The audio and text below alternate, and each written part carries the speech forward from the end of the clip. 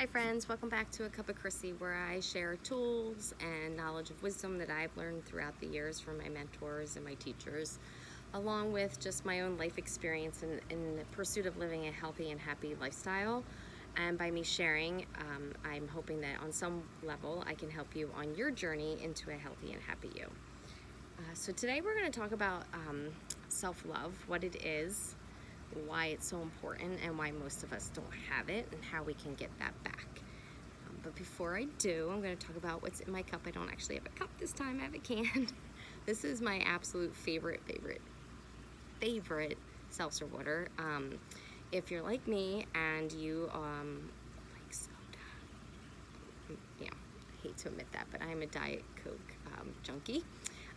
But as I said it, I can hear my dear friend Connie yelling at me from above. God rest her soul. That stuff is shit, Chrissy. Stop drinking. That's what she used to tell me. So I'm not gonna lie, I still drink some Diet Coke every now and then, but to curb that craving for especially the bubbles, because I'm a bubble person. I love the bubbles. I drink a lot of seltzer water. So this is my favorite. It's Polar Seltzer, and it's the cranberry lime. This one's my absolute favorite of all of their flavors, but they have a lot of different flavors. And there's all kinds of seltzer water out there these days in all different kinds of flavors, but this is my absolute favorite. So that's what I'm drinking today. It's very, very hot here in New Jersey. It's like tropical, so I've been drinking lots of water. And this helps substitute in between as well of hydrating with water. Although you have to be careful because the carbonation, if you have acid reflux, it could irritate that. Plus just the bubbles can irritate your stomach and cause kind of like a little bit of bloat. So, yeah. So anywho, we'll get into self-love. So self-love, I mean, it's kind of self-explanatory. Self-love is a love for yourself, and we're all born with self-love, but over years, depending on what happens in our life, we start to lose the self-love. Could be from a traumatic experience, maybe we were abused or neglected, maybe you had a bully for a best friend, maybe you had a parent that was non-existent or showed favoritism of, to your siblings over you. Maybe you had a mean teacher. There are mean teachers out there. I hate to say it. It does happen. Not all teachers, just there's a slight few, but there are. Or maybe you just got so caught up in life. Maybe you're a caregiver to a sick child, or maybe you're a caregiver to an elderly sick parent.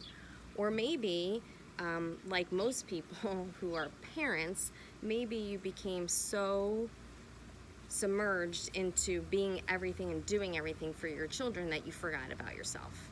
So self-love is finding that acceptance and love for yourself and making sure that you're taking care of yourself. And if you don't have self-love, then there's no self-care, because you don't make the time for yourself if there's no self-love. So a perfect example of this would be, and to know that you don't have self-love, is if you're constantly muttering to yourself, well, what about me? What about me? I mean, when's it my turn? How come they all get to do what they want to do and I don't get to do what I want to do, right? That's your surefire sign right there that there's no self-love for yourself, because you're going to blame everybody else for you not doing the things that you want to do. And I'm not going to take away from different seasons of life. If you're a brand new parent with a newborn, of course, there's going to be more time for the baby than there is for yourself.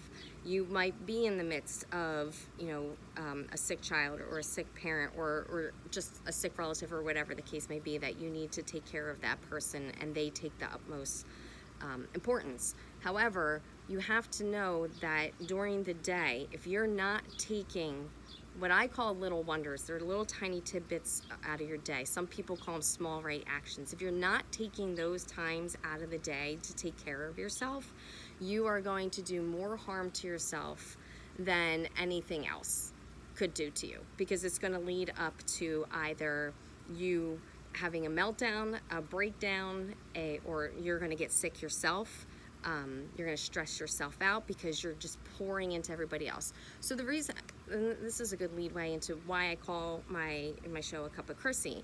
It's not because just what I have in my cup and I like to talk about what I like to drink. It's because we're all, think of yourself as a vessel or like a cup.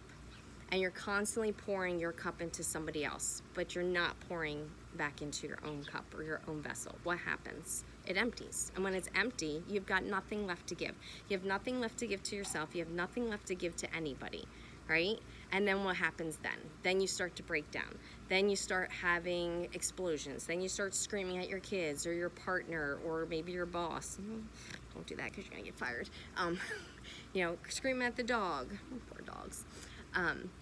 But you know what I'm talking about. Like, you just wear yourself down. And then when you wear yourself down, what happens? You're not getting enough sleep. And then you start to feel sick and you start to feel like, not fart. I said fart. I didn't mean fart. But you could start farting because you could have gastro issues. But you just start to wear yourself down. And you're of no good to anybody if you're not good to yourself first. And that's the whole point to self-love. Now, there are many ways that you can take time during the day, and yes, I highly recommend if you could take large periods of time to take care of yourself, especially 30 minutes out of your day to do some kind of movement and exercise, to get your heart rate up and start getting all the happy chemicals in your body flowing.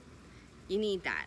You need it every single day, whether it's a walk around the block or if it's maybe a true like HIIT workout or a yoga workout. You need to move your body. But if you can't find large periods of time, you can certainly find 5 to 10 minutes out of your day. And if you need to excuse yourself and go somewhere, take yourself to the bathroom, lock yourself in your closet away from your family or wherever you are, to just get those 5 to 10 minutes, you need them just to reset, recalibrate, refocus yourself. That's self-love. That's giving yourself the knowledge and understanding that you're important enough to be taken care of. And that's what happens when we lose the self-love. Is usually we find we lose the self-love out of some kind of traumatic experience, and it breaks down our worthiness for ourselves. And we start to feel unworthy of anybody's kind of love, especially our own. And we truly can't love other people until we actually love ourselves. So I'm going to give you an example, and if you're a parent, I want you to really listen really hard, because parents, we're the worst at this. I was horrible with this. I would use my kids as an excuse for everything. And I don't mean like as an excuse, but I would always put myself on the back burner and not take any time for myself because I wanted to be there all the time for my children. I wanted to be that kind of a parent, which is what you're supposed to do as a parent. But if I could go back in time, I would have made sure, especially when they were younger, I would have taken that time for myself. It took me till they were a lot older to realize how important it was. So with that being said, I'm going to give you this example. So you see at like 5 o'clock, you usually make dinner every single day at 5 o'clock. And I use this in my self-care workshop a lot. I use this as an example. So you're the person who makes dinner every single night at 5 o'clock. And your family expects that. And the only reason why your family expects that is because that's the habit you've created. You've put dinner on the table every day at 5 o'clock. So they're expecting it from you. And you can't be mad at them for expecting it because that's what you've always done. You set that expectation. You set that habit. Now, suppose there's a class. Maybe there's a cycling class or a yoga class, or maybe there's a pottery class. I don't know, something that you want to do at 5 o'clock. And you're all hyped about it, and then you realize, well, that's dinner time. And what you're probably going to do is talk yourself out of it, right? Because you're going to go down that rabbit hole. Well, they expect dinner, and they're going to get upset, and blah, blah, blah. Yeah, well, they might get upset because you created that habit. But they're also going to learn to adjust to it, because if you come to them and say, hey, listen, I have this class that I want to take at 5 o'clock. We can either eat at 4 o'clock or we can eat at 6 o'clock, but at 5 o'clock I'm going to go do this. You might get a little backlash at first, but over time, they'll learn to adjust to it, right? And I'm going to say this.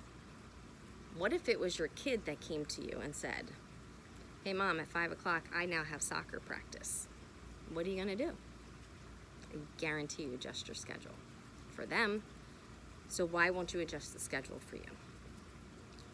So if we take these little right actions, these little wonders of moments throughout the day, and keep reminding ourselves that we need that time and we need that space for ourselves to pour back into our cup, to pour back into our vessel so that we can give to other people.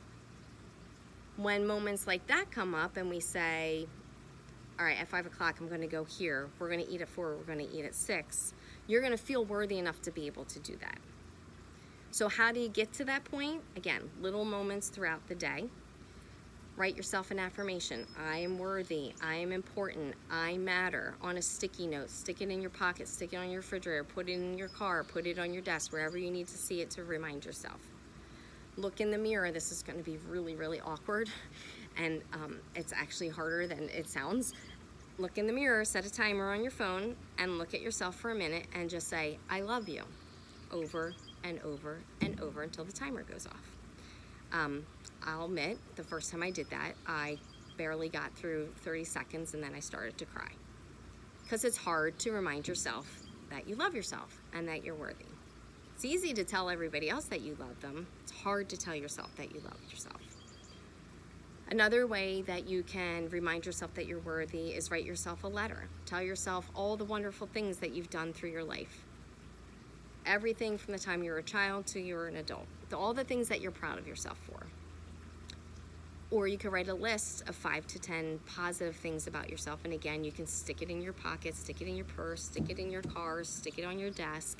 And whenever you have that self-doubt or you try to, that reel starts going in your head where you're like, yeah, I'm not important enough. No, they need that more than I do. Look at it.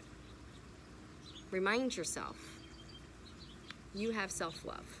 You're just as important as everybody else. Self-love and self-care is not selfish, not at all. It's more important for you to take care of yourself during the day so that you can be there for other people. You don't want the breakdowns, you don't want the meltdowns, you don't want the resentment. That's just going to make things worse later on. Take care of yourself now. Fill your cup back up so you can share it with others.